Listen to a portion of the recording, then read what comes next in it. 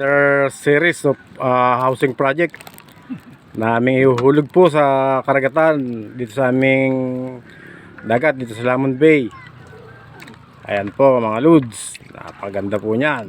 Titirahan po yan ng napakaraming dapak or maya-maya at lapu-lapu. Ayan po mga lods, maghuhulog na naman po kami ng pabahay. Ayan po mga lods, napakaganda po niyan. Gawa po yan sa kukulamber at sa dahon ng niyog at sa siit, yung pong dulo ng niyog, ng kawayan. Siit po ang tawag sa amin dito. Okay mga lods, ito na po yung pangatlo naming pabahay na ihuhulog sa araw na to. Ayan po mga lods, medyo marami-rami po tayong ihuhulog.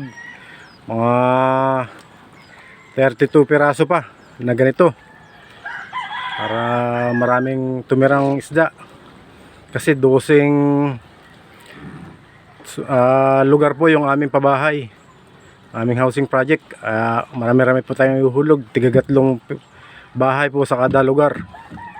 Ayan po mga lods. Ayan po, tapos na po tayo maghulog ng pabahay. Tayo po ay uuwi na. At napaganda po ng panahon ngayon, napaganda ng dagat. Bali 3 pabahay po yung nahihulog namin sa araw na to. At medyo gutom na, kaya uuwi na po tayo. Sa isang araw naman po. At yung mga gagawin parang pabahay ang ating ihuhulog. Thank you for watching mga guys. Tayo po uuwi na. Let's go!